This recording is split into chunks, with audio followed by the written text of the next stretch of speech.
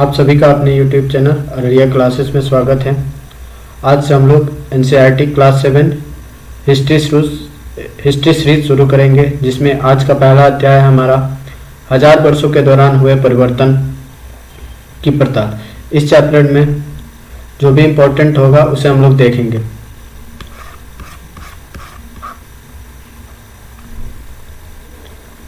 तो चलिए इस चैप्टर में जो लिखा गया उसे अरब भूगोल वेता अल इदरीसी। यहाँ से क्वेश्चन अल इदरीसी से ऐसे बना सकता है कि अल इदरीसी कौन थे।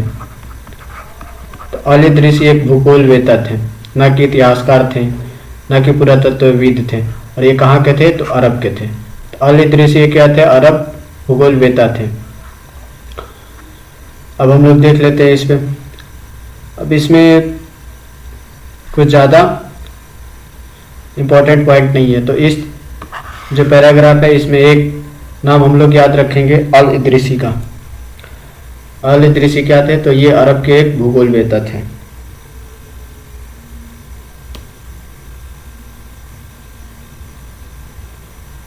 अब हम लोग चलते हैं इसके नेक्स्ट पेज पे।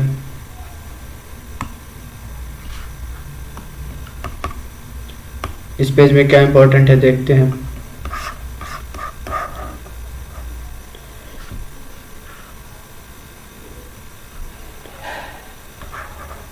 इस पेज में कुछ नहीं इम्पोर्टेंट है। फिर चलते हैं हम लोग नेक्स्ट पेज में।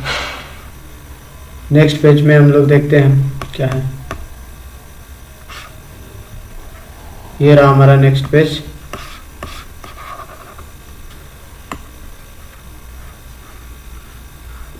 नेक्स्ट पेज में भी नई दुनिया और पुरानी शब्दावली हो। इसमें इंपॉर्टेंट पॉइंट देखते हैं कि इसमें इंपॉर्टेंट पॉइंट क्या हो सकता है। तो नई दुनिया और इम्पोर्टेंट पॉइंट में नई और पुरानी शब्दावली उदाहरण से समझते हैं। सबसे पहले इसमें लिखा है उदाहरण है हिंदुस्तान शब्द का ही लीजिए उदाहरण। आज हम इसे आधुनिक राष्ट्र राज्य भारत के अर्थ में लेते हैं हिंदुस्तान को। 13वीं शताब्दी में इतिहासकार मिनहाज ए सिराज ने हिंदुस्तान शब्द का प्रयोग किया था। यह इंपॉर्टेंट है लाइन, इसे हम लोग याद रखेंगे। यहाँ से इतिहासकार कौन? मिनहाज ए सिराज। तो जैसे अल इदरीसी क्या था? तो अल इदरीसी आपका क्या था? भूगोल वेता था। उसी तरह से पूछ दे कि मिनहाज ए सिराज क्या था? तो मिनहाज ए सिराज था आपका इतिहासकार,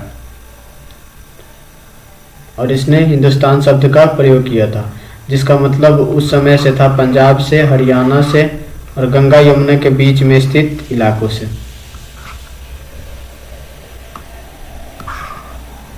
अब इस पे हम आगे चलते हैं।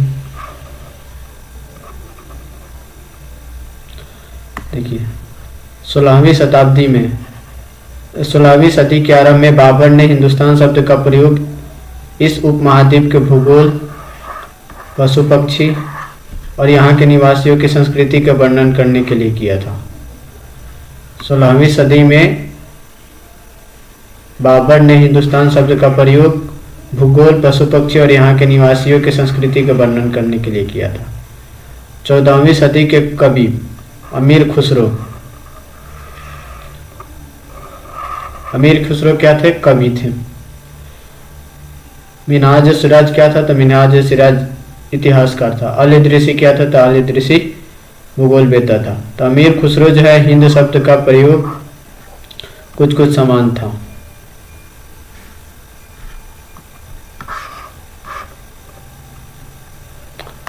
जैसे ये है यहाँ पे, किसी भी शब्द के प्रयोग करने में इतिहासकारों को बहुत सावधान रहना चाहिए, क्योंकि अतीत में उन शब्दों में कुछ अलग ही अर्थ ले। उदाहरण के लिए विदेशी जैसा सीधा साधा शब्द ले ले। इसका क्या अर्थ होता है? ऐसा व्यक्ति जो भारतीय न हो। लेकिन समय के साथ इसकी परिभाषा भी चेंज होती गई। मोटे तौर पे विदेशी का मतलब हम लोग सीखेंगे, जानेंगे कि ऐसा व्यक्ति जो भारतीय ना हो उसको क्या कहते हैं? विदेशी। नेक्स्ट पेज पे चलते हैं। अब मध्यकाल में देखिए, मध्यकाल में विदेशी किसको माना जाता था?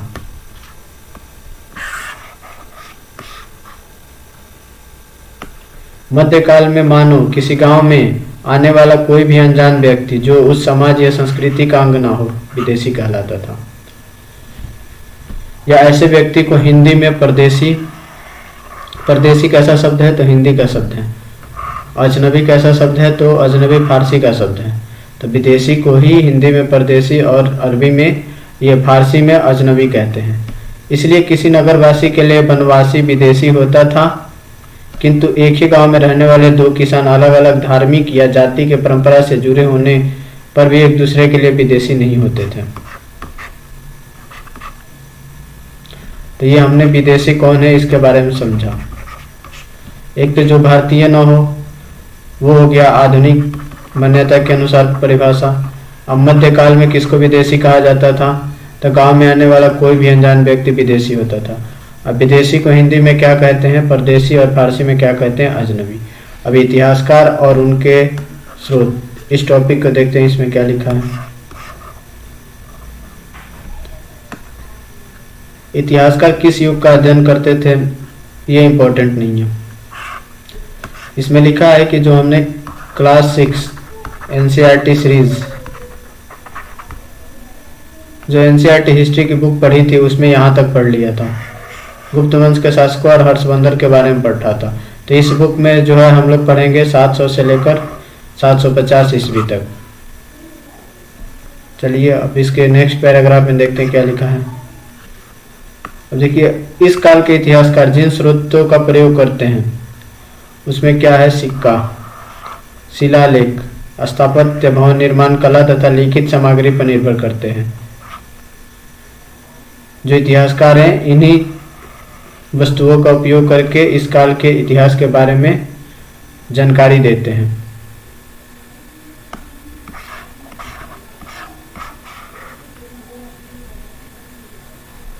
नेक्स्ट पेज पे चलते हैं हम।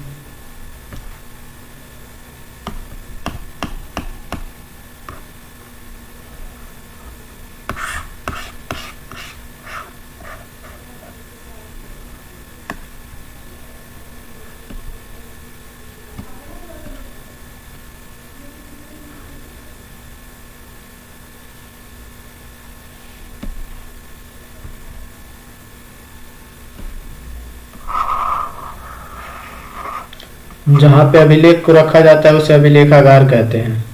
अभिलेखागार में क्या रखते हैं हम लोग, पांडुलिपियों को रखते हैं। पांडुलिपियाँ क्या होती है, कागज का टुकड़ा होता है जिसपे कुछ लिखे रहते हैं, वो सब होती है पांडुलिपियाँ।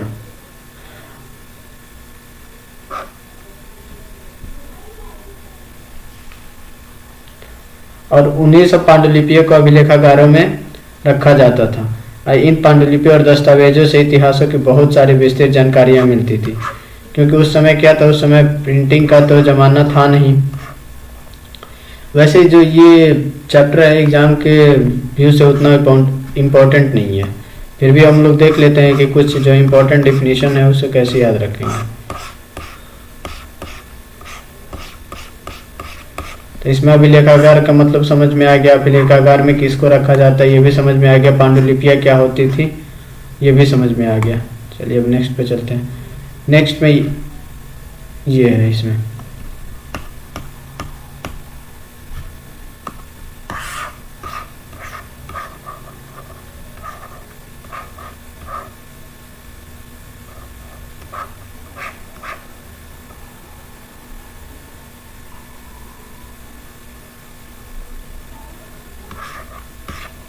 नेक्स्ट पेज में ऐसा कोई फैक्ट नहीं है जिसे हमें याद रखना है। चलिए फिर नेक्स्ट पेज में चलते हैं।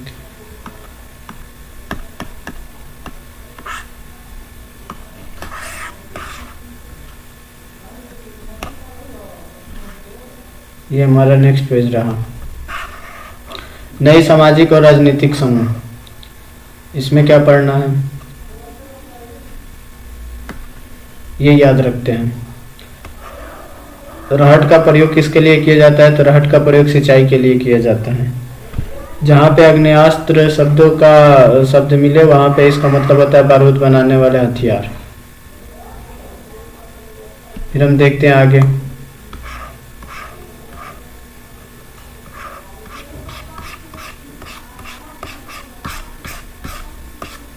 अब अब ये इतना इम्पोर्टेंट नहीं है। नेक्स्ट पेज पे चलते हैं।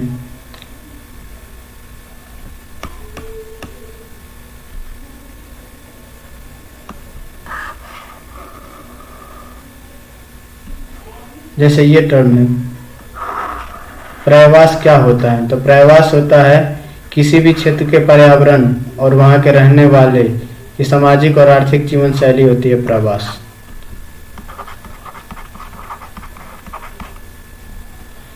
सेम यहाँ आ गया प्रवास। प्रवास का मतलब तो यहीं से हम कंप्लीट कर लेंगे। प्रवास का अर्थ क्या होता है? तो प्रवास का अर्थ होता है किसी भी क्षेत्र के पर्यावरण और वहाँ के रहने वाले सामाजिक और आर्थिक जीवन शैली।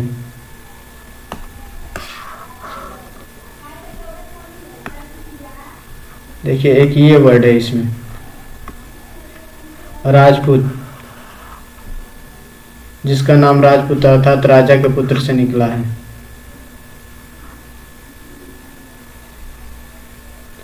ये कथन में क्वेश्चन पूछ सकता है, राजपूत शब्द के अंतर्गत केवल राजा और सामान्य वर्ग ही नहीं बल्कि वे सेनापति और सैनिक भी आते थे।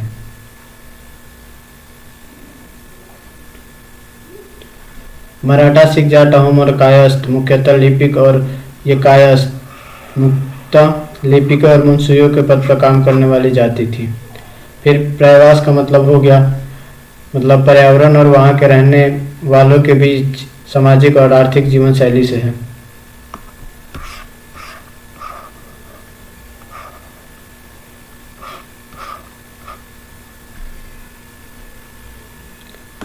अब एक वर्ड है इसमें, जाति पंचायत। अपने सदस्यों के व्यवहार का नियंत्रण करने के लिए जातियां स्वयं अपने अपने नियम बनाती थी। इन नियमों का पालन जाति के बड़े बुजुर्गों की एक सभा करवाती थी, जिसे कुछ इलाकों में जाति पंचायत कहा जाता था। लेकिन जातियों को अपने निवास के गांव में रिवाजों का पालन भी करना पड़ता था। हालांकि इसके अलावा कई गांवों पर मुखियाओं का शासन भी होता था।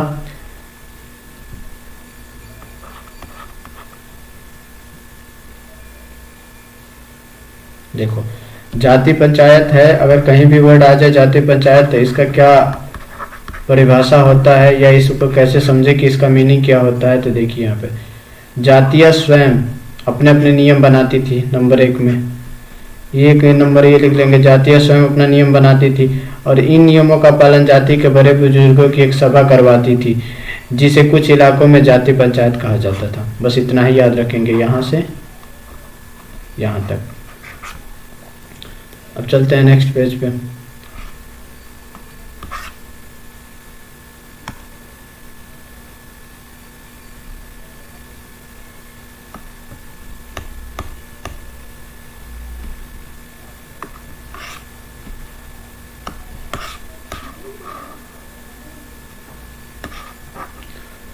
देखिए अब इसके बाद जो भी है इंपॉर्टेंट वो यहाँ दिया है, क्षेत्र और साम्राज्य। हम लोग चोल के बारे में जो ये कक्षा 7 की एनसीईआरटी है उसके अध्याय 2 में पढ़ेंगे। तुगलक के बारे में अध्याय 3 में पढ़ेंगे। उसी तरह मुगलों के बारे में 4 में पढ़ेंगे। उसी तरह गयासुद्दीन बलबन जो 1266 से 1287 तक शासन किया था, उसकी प्रशंसा में एक संस्कृत प्रशस्ति का उदाहरण हम अध्याय 2 में देखेंगे। फिर पूर्व में बंगाल के गौड़ शासक के बारे में पढ़ेंगे। फिर गजन के बारे में पढ़ेंगे। दिन दक्षिण भारत के द्रविड़ के बारे में पढ़ेंगे। मतलब क्या क्या आगे पढ़ना है उसके बारे में बताया है। अब इस फिगर को देखते हैं। यहाँ पे फिगर में सारे जगहों को दे रखा है। फिर चलते हैं नेक्स्ट पेज पे, हम देख लेते हैं। नेक्स्ट पेज पे हमारा ये है,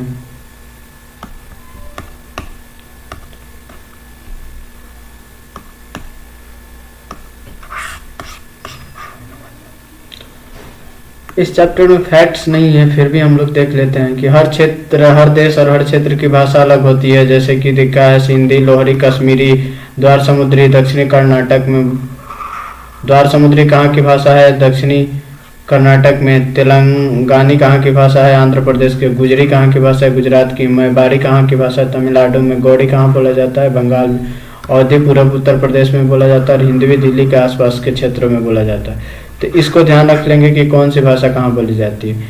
इन तीनों को छोड़ देते हैं, यहाँ से याद रखते हैं। द्वार समुद्री, दक्षिणी कर्नाटक में तेलंगानी, आंध्र प्रदेश में गुजरी, गुजरात में मैबारी, तमिलनाडु में गौड़ी, बंगाल में अवधी, पूर्वी उत्तर प्रदेश में और हिंदवी दिल्ली के आसपास के क्षेत्रों में बोला जाता है। अब देखिए एक अमीर खुसरो के बारे में एक वो दिया है कि अमीर खुसरो ने आगे बतलाया कि भाषाओं के विपरीत एक भाषा संस्कृत भी है, जो किसी विशेष क्षेत्र की भाषा नहीं है। यह एक प्राचीन भाषा है जिसे केवल ब्राह्मण जानते हैं, आम जनता नहीं जानती है।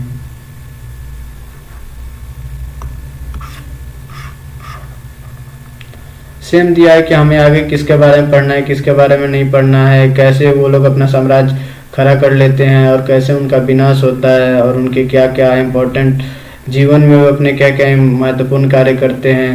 इन सब के बारे में हम लोग आगे पढ़ेंगे, उसी के बारे में लिखा है। फिर हमें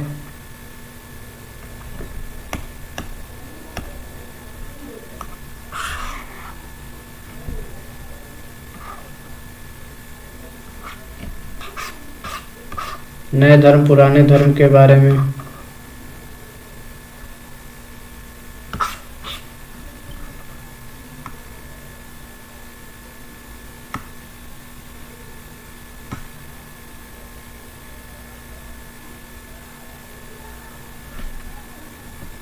चलिए अभी इससे संबंधित जो कुछ प्रश्न है उसे देख लेते हैं कि किस प्रकार के प्रश्न हैं।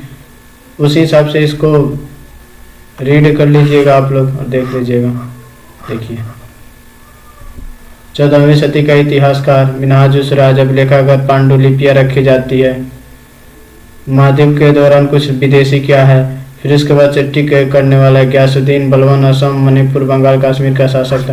तो आप लोग ये आगे भी पढ़ेंगे तो कंप्लीट हो जाएगा। वैसे जो एनसीईआरटी क्लास 7 की फर्स्ट जो अध्याय है उसमें इतने फैक्ट्स नहीं है, बस हल्का मोटे तौर पे जानकारी के बारे में दिया गया है। और फैक्ट्स जो है अध्याय 2 से स्टार्ट होंगे। तो इसके साथ ये जो चैप्टर है, वैसे तो ये चैप्टर बोरिंग था लेकिन एक बार देखना है तो हम लोगों ने देख लिया और जो भी इम्पोर्टेंट था उसे हम लोगों ने डिस्कस कर लिया। तो हमारे साथ बने रहने के लिए धन्यवाद। प्लीज़ अररिया क्लासेस को लाइक शेयर और सब्सक्राइब करें। मिलते हैं हम लोग दूसरे क्लास में। तो आज के लिए इतना ही।